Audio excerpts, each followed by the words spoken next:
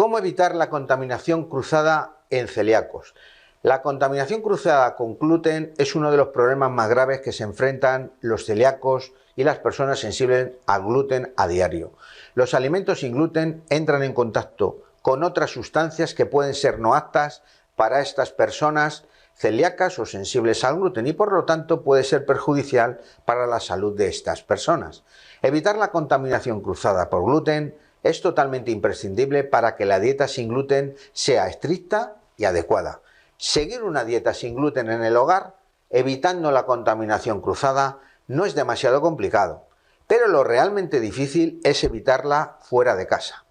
La contaminación cruzada se produce cuando los alimentos entran en contacto con otros alimentos, utensilios, superficies, vajillas, etcétera, que contienen gluten o han estado en contacto con el mismo y que son nocivos para la salud de las personas celíacas y sensibles al gluten.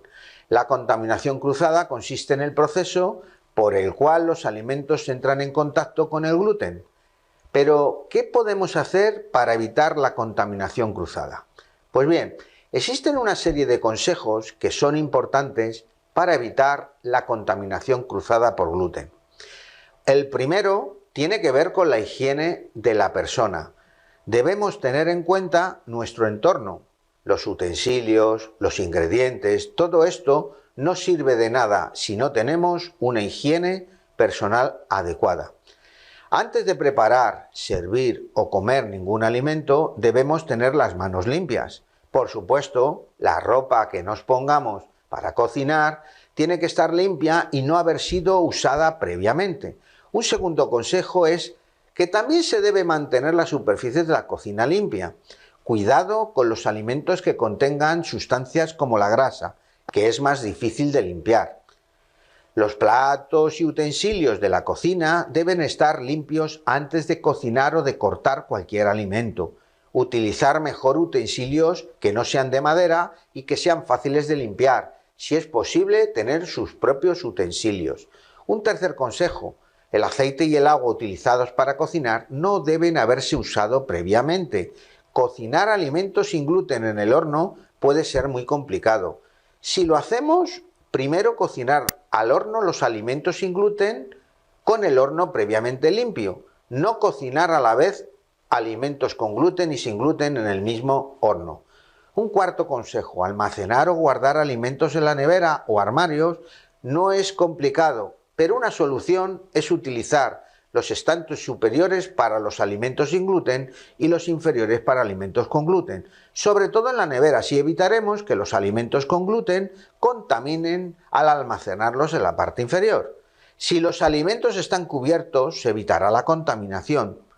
Es muy recomendable utilizar siempre bolsas reusables, limpias o envases individuales bien sellados. El quinto consejo: siempre que vayamos a cocinar con un mismo utensilio, es mejor utilizarlo para cocinar primero sin gluten y posteriormente los alimentos con gluten, partiendo siempre de una limpieza exhaustiva.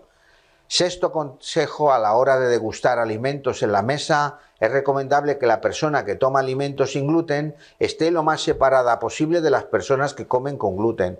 De esta manera será más fácil o más difícil en este caso la contaminación.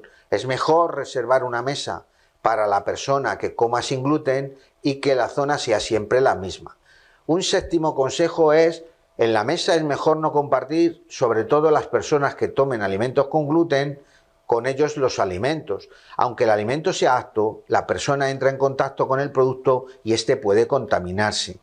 Cuando comemos fuera de casa, las personas o familiares no conocen el problema y es aconsejable hablar y explicarles qué pueden y qué no pueden hacer. Si vamos a un restaurante, estar seguros de que los procedimientos que llevan son los adecuados para evitar la contaminación, y si no estamos totalmente seguros, es mejor no comer en el restaurante. Lamentablemente, muchos locales dicen estar preparados para ofrecer una dieta sin gluten, pero muchas veces esto no es así. Desde diciembre del año 2014 existe obligación en los restaurantes de indicar la presencia de alérgenos como el gluten cuando se utilizan en la elaboración de un plato, pero no es obligatorio indicar si existe riesgo de contaminación cruzada o la existencia de trazas aunque el plato las contenga. Se trata de unos consejos que pueden resultar útiles para las personas celíacas y con sensibilidad al gluten, intentando hacerles la vida un poco más fácil, no solo a ellos, sino a las personas que se relacionan con ellos.